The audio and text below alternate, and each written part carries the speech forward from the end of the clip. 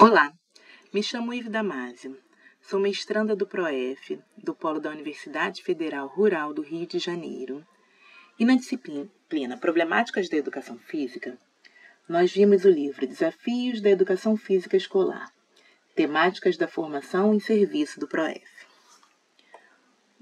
Passamos pelos temas abandono do trabalho docente, relação entre teoria e prática, aspectos legais da educação física escolar, indisciplina e afastamento dos estudantes, dificuldades relacionadas ao ensino do esporte e questões de gênero na educação física escolar. No primeiro tema, abandono do trabalho docente, o autor diz que a educação física é um componente curricular e, como tal, ele tem uma função educativa, ela é alicerçada em objetivos e conteúdos específicos, ela precisa sistematizar um conjunto de conhecimentos ao longo dos anos escolares e tem como objetivo fazer com que o aluno compreenda o mundo que habitamos e a dimensão humana que se liga às práticas corporais. Durante sua pesquisa, o autor achou 3 principais tipos de atuação docente: práticas tradicionais, abandono do trabalho e práticas inovadoras.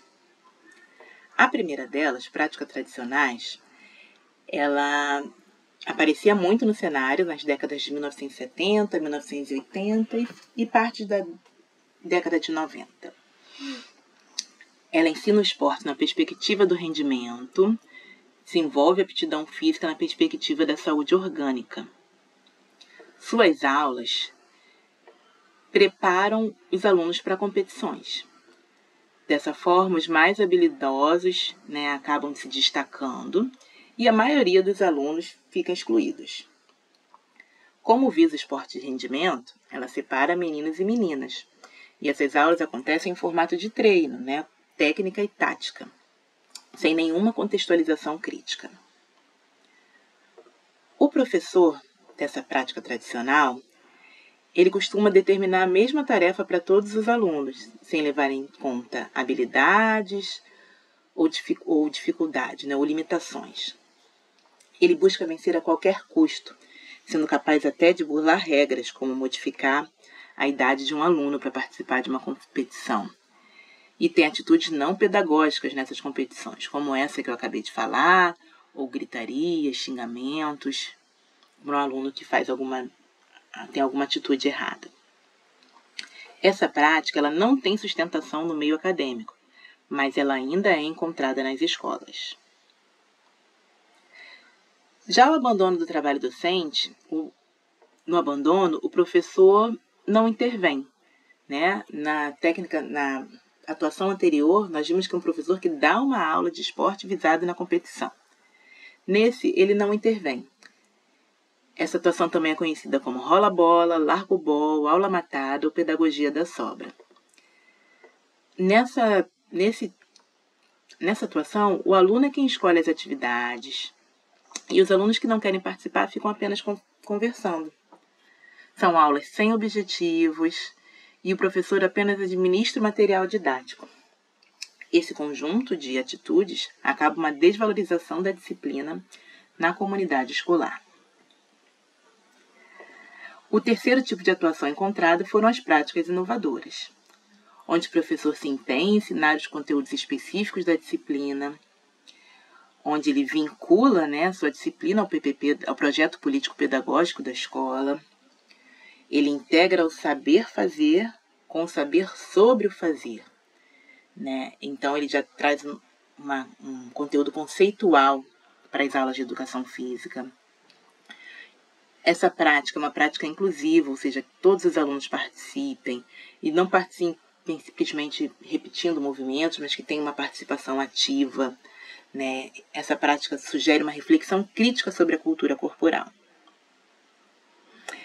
Algumas dimensões interferem na atuação do professor, Se o professor vai atuar dessa forma inovadora, se vai abandonar ou se vai ser um professor nas práticas tradicionais. Uma dessas dimensões é a transformação da área. Quando o movimento renovador surgiu, lá na década de 80, ele rompeu com as concepções tradicionais, que era aquela que a gente já viu, que é voltada para a competição. O professor que estava trabalhando até ali, ele se sentiu sem chão, porque essa era a forma que ele sabia trabalhar. E essa prática, quando surgiu, com todas essas teorias aqui, todas essas intenções aqui faladas, ela não ensinou como fazer isso. Então ela chegou e o professor ficou entre não mais, você não deve mais ensinar só o esporte, você não deve mais ensinar, pensar só na competição, você não deve mais deixar o aluno que não é habilidoso de lado, mas essa movimento, quando chegou, não ensinou como fazer isso. Então, você não pode mais, mas ainda não sabe como agir. A partir disso, alguns professores decidiram continuar como estavam lá nas práticas tradicionais. Alguns professores buscaram o conhecimento para poder aplicar essas práticas inovadoras e outros professores simplesmente largaram de mão e fizeram um abandono, né, do trabalho docente. Condições de trabalho, né? Remuneração salarial, tempo de planejamento, formação continuada, estabilidade laboral, jornada semanal de trabalho, quantidade de alunos em sala de aula, infraestrutura e material didático. Todas essas condições, elas interferem no que o professor vai fazer, né? no atuar do professor. A cultura escolar, né? Muitas vezes a direção da escola, alunos, professores, responsáveis, não sabem para que serve a educação física. Não sabem os objetivos da educação física. Né? E aí vem a educação física simplesmente como um tapa-buraco. Né? Vê aqui a educação física um caráter funcional do abandono do trabalho docente. Porque aquele professor que não tem objetivo, que não mostra para a comunidade escolar o seu objetivo, ele acaba podendo ter suas aulas, né? Pega suas aulas para ocupar o aluno que está em tempo livre, pega suas aulas para um ensaio de uma dança que a escola tenha que fazer. Já que ele não tem objetivos traçados, para ele tudo bem. E isso é bom para a direção, né? A direção muitas vezes vê isso com bom olho, porque não vai ter tantos alunos soltos no pátio, porque eles vão estar junto com o professor de educação física, mesmo sem ser aula de educação física. E aqui a gente também fala na cultura escolar, a gente também fala da hierarquia dos saberes escolares. Porque na escola tem-se, né, a dar mais ênfase, dar mais valor às disciplinas que trabalham o conceito, né, que trabalham o intelecto, as disciplinas que são cobradas no vestibular, as disciplinas que são cobradas nas provas externas, como o SAEB, por exemplo. Então, português e matemática seriam disciplinas mais importantes do que as outras, e educação física estaria lá embaixo nessa escala hierárquica, porque a educação física não, né, muitas vezes, se for numa concepção tradicional, ou se for numa questão de abandono, acaba não trabalhando a questão do intelecto da criança, que infelizmente é mais valorizada, da criança não, do aluno, que muitas vezes é mais valorizada do que o conhecimento corporal. E a disposição social do professor também interfere na escolha da atuação dele. Né? O conjunto de experiências de socialização profissionais e não profissionais que esse professor tem, porque a vivência que esse professor teve enquanto aluno, que ele teve na graduação, que ele teve nos trabalhos, né, a sua visão de mundo, o seu posicionamento político, tudo isso interfere em como ele vai agir. Né? E já foi visto que o professor que reflete mais sobre o seu fazer pedagógico, ele tende a praticar as práticas inovadoras. O outro tema que foi visto, o segundo tema visto, foi relação entre teoria e prática. Foi baseado no artigo Relação entre ensinar a fazer e ensinar sobre o que fazer na educação física escolar, escrito por Soraya Darido. E aí ele fala do modelo tradicional e do movimento renovador. O modelo tradicional, nós vimos aqui, seguindo aqui essa linha, né, lá na atuação docente das práticas tradicionais.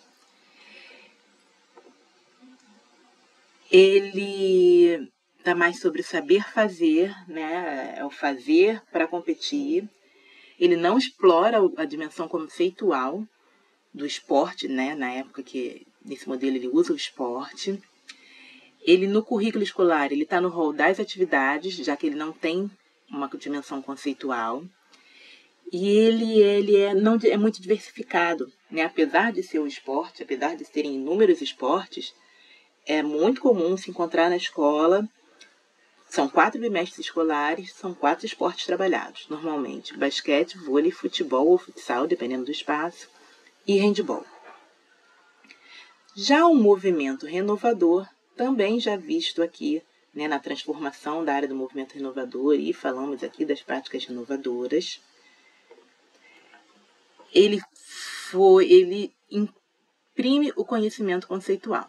Né? Lá na década de 1980, os professores universitários colocaram esse conhecimento conceitual na disciplina de educação física, que, aliás, começou a ser chamada de disciplina a partir daí. Né? Até então, a gente viu que ela era atividade. E isso a gente viu, né? Esse movimento influenciou na legislação para mudar a educação física para a disciplina, colocando uma cultura corporal do movimento como objeto de estudo, né? Não mais só o esporte. O esporte, sim, mas também ginástica, dança, jogos, lutas e práticas corporais de aventura. E a educação física, ela trabalharia com as dimensões de conhecimento da experimentação, do uso e apropriação, da fruição, reflexão, construção, análises, compreensão e protagonismo comunitário. Então, não é mais só a prática. Todas essas dimensões fazem parte do ensino da educação física. Mas é muito importante, nesse movimento, alinhar teoria e prática. Não adianta você falar sobre o basquete, as regras do basquete, e jogar e largar a bola para as crianças fazerem o que quiserem. Não adianta falar sobre as habilidades desenvolvidas com a ginástica e dar vôlei para os alunos. Então, para esse movimento, para essa aula acontecer, a teoria e a prática têm que estar muito bem alinhadas. O terceiro tema visto foram aspectos legais da educação física escolar. Baseado no texto Educação Física como componente curricular da educação básica, aspectos legais, de Fernanda Impulseto e Suraya Darido. Aí temos a parte da legislação, né, que são a Lei de Diretrizes e Bases, começando de 1961, que torna a educação física obrigatória no curso primário e médio e para pessoas até 18 anos. Em 1971, diz que ela é obrigatória em todos os níveis, inclusive o ensino superior, e não faz menção à idade, porém, torna ela facultativa para trabalhadores noturnos com carga horária maior que 6 horas diárias, pessoas maiores que 30 anos, prestadores de serviço militar e pessoas fisicamente incapacitadas. Veio um decreto colocando a educação física como atividade escolar, o que a gente viu aqui do modelo tradicional, né, que colocava no currículo escolar no rol da atividade. Estamos falando do ano de 1971. E veio uma lei depois, em 1977, deixando facultativa a prática para alunos de pós-graduação. Lembra que em 71 ficou obrigatória para todos os níveis. E incluindo a mulher com prole nessa questão aqui da facultatividade. Em 1996, já sob a influência do movimento renovador, que surgiu em 1980, a educação física se torna um componente curricular da educação básica. Ela se torna, aliás, facultativa no ensino noturno e ela deixa de ser obrigatória no ensino superior. Então, ela só é da educação básica. Em 2001, o texto inclui a palavra obrigatório, porque estava só como componente curricular da educação básica, e isso gerou algumas dúvidas. O pessoal da educação infantil, né, educação infantil precisa ou não precisa ter, estava meio que optativo, e aí colocando esse obrigatório, então a educação física, a educação infantil, o ensino fundamental e o ensino médio passaram a ter a educação física como obrigatório. Só que o EJA não está na educação básica, então a educação física não estava obrigatória no EJA. Essa lei trouxe 3 condicionantes para a educação física: integrar-se à proposta pedagógica da escola, ajustar-se às faixas etárias e ajustar-se às condições da população escolar. E ela não definiu, ela deixou a cargo da escola, né, que a partir do PPP poderia definir o número de aulas, a duração das aulas e se a aula seria no turno ou no contraturno. Em 2003, veio a Lei 10.793, que reforçou essa obrigatoriedade da educação física no ensino básico e retirou a facultatividade no turno noturno. Então, a partir dessa lei aqui, a educação física ela só é facultativa para os maiores de 30 anos, para as pessoas que têm uma carga horária maior do que 6 horas semanais, para a mulher com prole, para os prestadores de serviço militar e para as pessoas fisicamente incapacitadas. E essas leis hoje têm alguns questionamentos. O caso de faculdade se refere às aulas de educação física ou à parte prática? Porque a educação física não é mais simplesmente a prática de atividades como era nas práticas tradicionais. Tem uma parte conceitual. E esse aluno que trabalha, ele não precisa saber da parte conceitual da educação física, né? O aluno que está incapacitado fisicamente não precisa saber dessa parte conceitual. E quem deve ser responsável pelo desenvolvimento das aulas na disciplina? Na lei não especifica. Então, em alguns municípios ainda se utilizam é o professor de educação infantil quem dá a educação física nesse segmento. O quarto tema visto foi em disciplina e afastamento dos estudantes. Baseado no texto, o afastamento e a indisciplina dos alunos nas aulas de educação física escolar, de Soraya Darido, Fernando Gonzalez e Gui Guiciene. As razões desse afastamento, ela está influenciada por aspectos legais, né? A gente acabou de ver os casos onde a educação física é facultativa, né? A questão das aulas no contraturno, onde o aluno pode alegar ter alguma outra atividade para fazer no horário e aí justificar essas faltas. Temos razões de repetição de conteúdos, né? Como a gente viu aqui no modelo tradicional, basquete, vôlei, futebol e futsal são sempre dados, então causa desinteresse essa repetição de conteúdos. E insucesso e exclusão, né? Então temos questões de gênero, onde muitas vezes as meninas, né, não se sentem atraídas para fazerem a aula, né? Isso a gente vai discutir mais à frente. Vergonha, medo de julgamento. Então, dependendo do ambiente que as aulas aconteçam, o aluno prefere não fazer a aula do que se expor, né? Porque ele pode errar, ele pode dar um chute para fora, ele pode cair, né? E aí não é uma questão de machucar, mas é ser julgado, né? Pelos outros alunos. O artigo propõe algumas formas de evitar esse afastamento.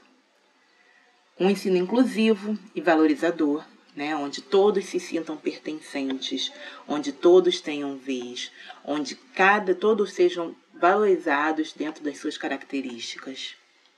Uma diversificação das práticas corporais, né? deixar de terem só aqueles 4 esportes, mas usar diferentes práticas corporais que trabalham diferentes habilidades, diferentes culturas. Valorização dos diferentes saberes da cultura corporal. Criação de um ambiente colaborativo e respeitoso, onde o aluno evite essa vergonha, né? Onde o aluno não tenha medo de julgamento, onde o aluno se sinta capaz de arriscar. E isso é fácil de conseguir, né? Fácil não, isso é possível conseguir com metodologias onde o aluno seja o protagonista. Então a gente pode perceber que essas propostas, elas estão lá no movimento renovador.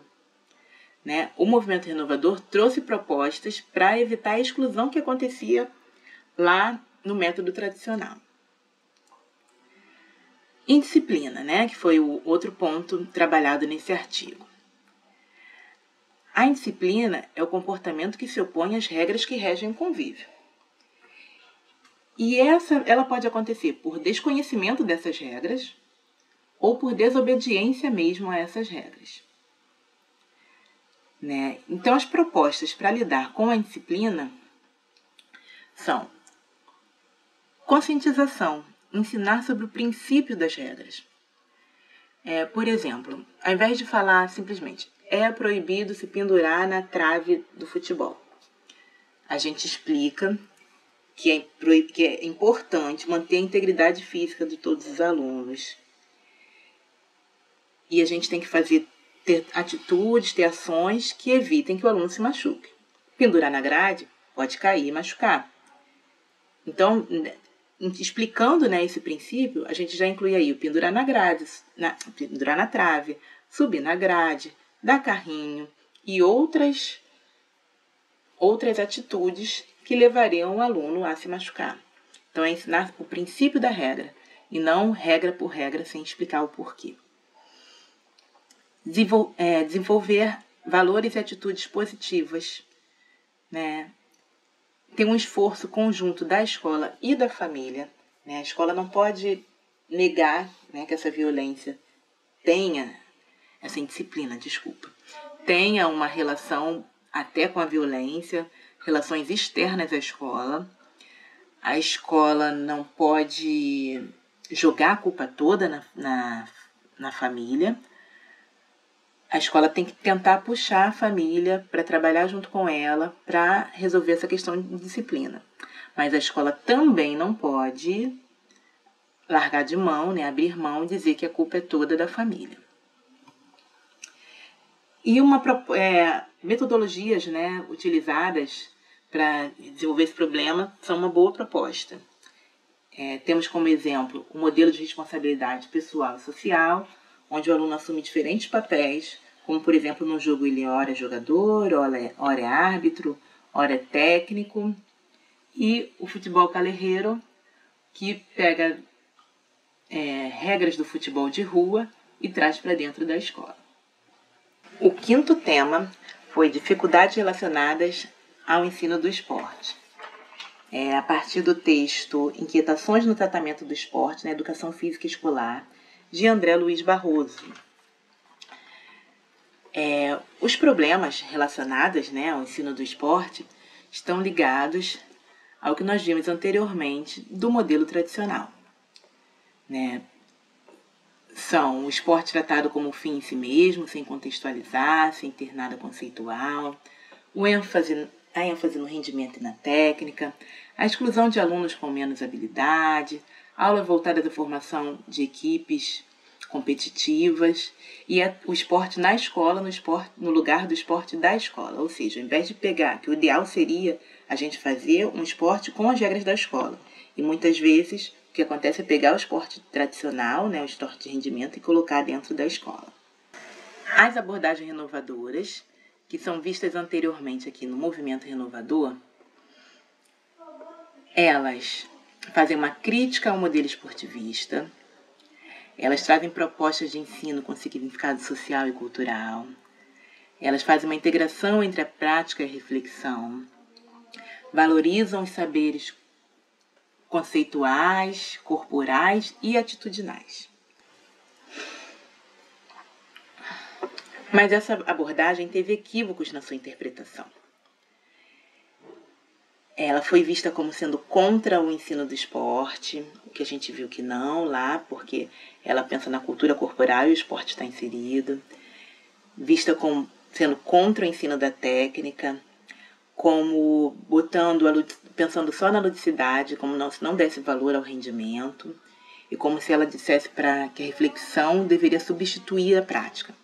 Nada disso é verdade, né? A gente viu que essa abordagem ela tenta unir a teoria e a prática, né? Que não existe prática sem teoria, né? Que não seria bom para o aluno, né? Não faz parte da educação física escolar valorizar apenas a prática. Algumas reflexões devem ser feitas em relação ao ensino de esporte, né? Por que ensinar esporte? O que ensinar? Quais conceitos? Quais critérios para selecionar as modalidades? Como tratar essas modalidades pedagogicamente? E o que é fundamental que seja abordado? Né? Sobre o porquê ensinar, é porque o esporte faz parte da cultura corporal. Né? Na nossa sociedade é enraizado o esporte. E se faz parte da cultura corporal, é objeto de estudo da educação física. Agora, o que ensinar? Né? Só o gesto motor, como era? Não, né? Mesmo na parte motora, o ideal é que a gente ensine a lógica de desenvolvimento da modalidade. Né? Não devemos ensinar apenas o gesto motor. Devemos sim, mas podemos utilizar jogos de iniciação para isso. Porque além de estar praticando o gesto motor, o aluno já está vendo como é que se desenvolve aquela modalidade. Um exemplo, o handball. Quero ensinar o passe do handball. Ao invés de eu simplesmente ensinar o gesto motor, o passe, e colocar um aluno fazendo 20, 30 vezes um para o outro o passe do handball, eu ensino sim o gesto, eu ensino o passe e coloco o aluno para jogar o jogo dos 10 passes. Porque ali ele vai estar executando o gesto e está vendo movimentação pelo espaço da quadra, está vendo que não pode andar com a bola na mão e outras coisas da modalidade, que são específicas daquela modalidade. Quais conceitos ensinar? A hierarquia, né? Federações, confederações, aspectos fisiológicos, biomecânicos, habilidades e capacidades motoras, relações com aspectos culturais, interesses mercadológicos, parcerias com canais de televisão. E o último tema que vamos falar aqui é questões de gênero na educação física escolar. A partir do texto Educação Física Escolar e a Questão de Gênero, de Osmar Souza Júnior. Alguns conceitos são importantes serem definidos. Gênero, sexo e orientação sexual. O gênero é uma construção social. É como o que a sociedade coloca sendo de homem e sendo de mulher. Então, jeito de vestir, jeito de se portar, algumas funções laborais, algumas práticas são socialmente construídas dessa forma. O sexo é relacionado ao biológico, né? A parte física, características físicas. E a orientação sexual está relacionada ao desejo afetivo sexual daquela pessoa. Essas diferenças de gênero, na educação física escolar, elas aparecem muito na questão biológica, né? Onde homens são mais fortes, são mais rápidos, e isso na escola começa a aparecer ali a partir da puberdade, né? Então, por isso, muitos professores tendiam a separar as aulas entre meninos e meninas a partir do segundo segmento do ensino fundamental, mas desde 1996, na Lei de Diretrizes Bases, né, da Educação Nacional, as turmas são mistas. Né? Aqui tem a ligação dessa separação da educação física em meninos e meninas, como era visto aqui, ó, nas práticas tradicionais. E temos também uma outra ligação que dá para fazer, Tá mostrando, e aqui está mostrando lá na lei, lá na LDB de 1996, que foi quando foi colocada foram as turmas mistas. Temos as diferenças socioculturais, que tem a ver com a construção cultural dos corpos, né? Então, a sociedade já impõe que meninos devem jogar futebol e meninas devem jogar queimado. A gente vê, né, na questão de gênero ligado lá no afastamento, né, que tá essa setinha aqui, da questão de gênero lá com afastamento das aulas de educação física, porque as meninas têm os seus corpos desde cedo educados a ficarem mais quietos, a não se arriscarem, enquanto os meninos não. Os meninos são incentivados a pular, a correr, a saltar, a lutar, né? As brincadeiras de meninas socialmente construídas são boneca, casinha, jogos de tabuleiro, enquanto as brincadeiras de meninos são os esportes de aventura, as lutinhas, né? E essas diferenças acabam gerando exclusões, como visto anteriormente. O artigo apresenta alternativas didáticas, né, para superar essas questões de gênero. E essas alternativas elas têm que ser propostas com sensibilização e vivências de situações inclusivas, né, como mostrar vídeos, textos, né, criar situações onde sejam onde o aluno possa refletir, né, sobre a diferença existente para homens e mulheres e também colocá-lo para participar, né, de vivências onde a inclusão nesse sentido ela aconteça. Então dá para fazer através de discussões das regras pelos alunos, atividades com papéis diversos e cooperativos, e é muito importante que o professor tenha intervenção ativa contra a exclusão e preconceito. Então, a partir desses temas, eu construí esse mapa mental do que foi trabalhado nessa disciplina.